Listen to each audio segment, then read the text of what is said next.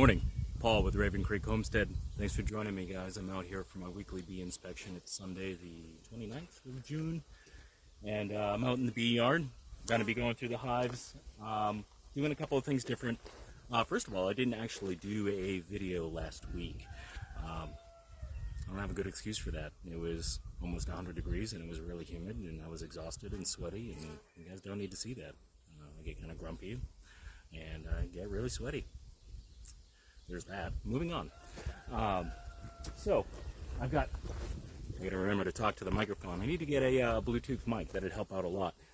I've got two splits going on. I'm going to be checking on those today to make sure that one has a released queen, which is excellent. I need to make sure that she's been mated up and that she's doing her thing.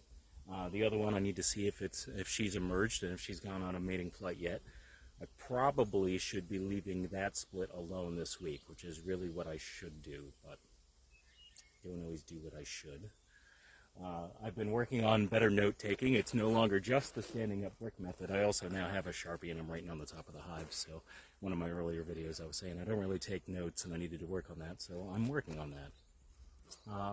I'm doing something else different this year because it's a catch-up year for me. Unfortunately, I lost all my hives over the winter. All of these hives are all packages, and I want to make sure that I still get some honey out of this yard this year because I have a lot of people that look forward to my honey, not only a couple of small local businesses, but my family and my friends. They buy a lot of honey from me, and that's awesome that I get have their support, so thank you all very much. Honey is pretty easy to sell. Everybody likes it.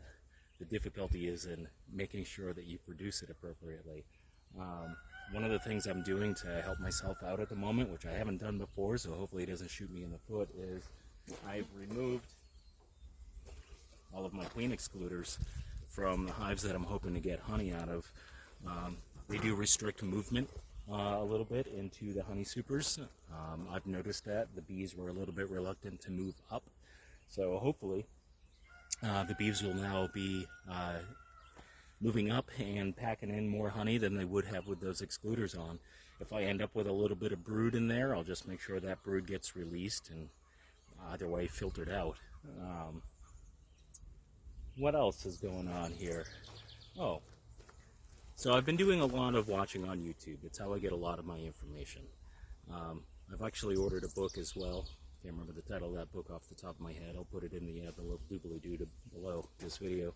But I gotta work on my knowledge base. You know, I'm mid-40s. I'm 44. Trying to learn beekeeping here, especially if one day I'd like to expand. I want to get bigger than a 10 apiary yard. I want to improve my knowledge, and I want to improve it exponentially, and I don't want to improve it all via trial and error. So I watch a lot of YouTube on my commutes and on my lunch breaks and things like that, and I've run into some really good people. One of my the newest ones that I've run into is Nathan with Duck River Honey, and he puts out some really good videos where he sits back and he talks to you person to person on his building a bee business videos, and those have been really good because he also includes a lot of good resources and a lot of good knowledge bases. He also conducts some really good interviews as well, so definitely recommend checking out Duck River Honey. Really good stuff there. I really like his videos a lot. Really good at editing, really good at speaking, neither of which I'm great at, so congrats for being stuck here. Anyway, one of the things that he had talked about, and this is because he went to one of the bee seminars that he goes to, and many of the great speakers talked about this. So they talked about the nuke battery, and really what that is, you know, it's your battery backup plan. And what that means with a nuke battery is, for right over there, those little colonies, those are the nuke colonies, the nucleus colonies, and it's a little colony on its own. It just has 5 frames in there, depending on which box you have in the makeup of it. But it's got a queen, and she's doing her thing, and it's a small group of bees.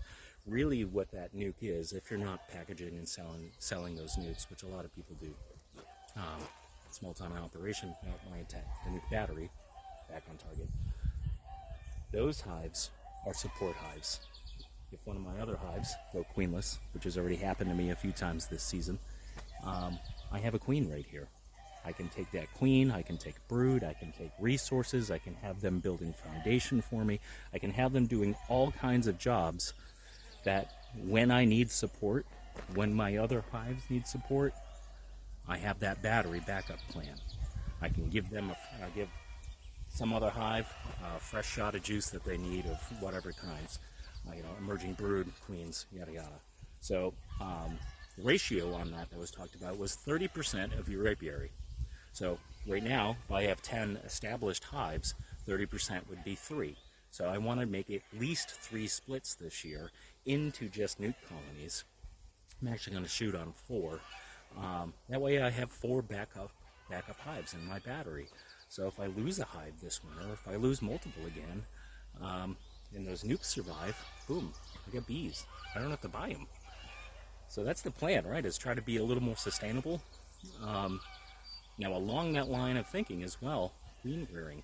I've actually bought some cell builder equipment as well. It's getting a little late in the season for that. But also today I've brought out some extra feed. And one of my hives that I'm not focusing on honey production, I really want to get a high population in there and go through a queen rearing experiment and see if, even if I can only get a couple, 2, 3, 4 queens, that's going to help me out a ton. I'm going to learn a ton, and it's going to be awesome doing it. So that's on the agenda. But today, also something else that I did was I'm trying out frame feeders for the first time. I picked up a bunch of equipment last year from a gentleman locally, and some of that equipment was frame feeders, and I'm trying those out. A couple of my hives needed some additional support. Their population was a little bit low, so I just wanted to give them some feed. They do not have supers on them because I don't want any of the bees bringing up sugar syrup into the supers. I want to make sure my honey stays pure. However, when I checked on them last week on the night inspection, there's a lot of drowned bees in those. So I actually went ahead and ordered some cap and ladder setups as well, which I don't currently have next to me, but I can show you here in a moment. So I'm going to be going ahead and putting in those caps and ladders, and hopefully resulting in far less drowned bees in that equipment. Other than that, if I find anything really interesting here today, I'll let you know, or I'll give you some synopsis on what's going on. Sun just came out. That's awesome. That always helps during inspections. See you guys in a minute. Cap and ladder setup. Doesn't look like much like this, but if I have a frame feeder underneath, when it comes packaged, it comes to you all folded up like this. You just unfold it, and then this goes on top of your frame feeder. So now the bees only just have the very ends, and they have these really good ladders to be able to climb down. It gives them a really good surface to grip onto. I'm actually really surprised I ended up with so many dead drowned bees in those frame feeders. Not only did they have a stray-shaded side for them to climb up to, but I also put in some floats in there as well, a bunch of broken up sticks. So they had standing surfaces, they had egress, and so hopefully these will solve a good amount of problems, and I'll be putting those on today as well.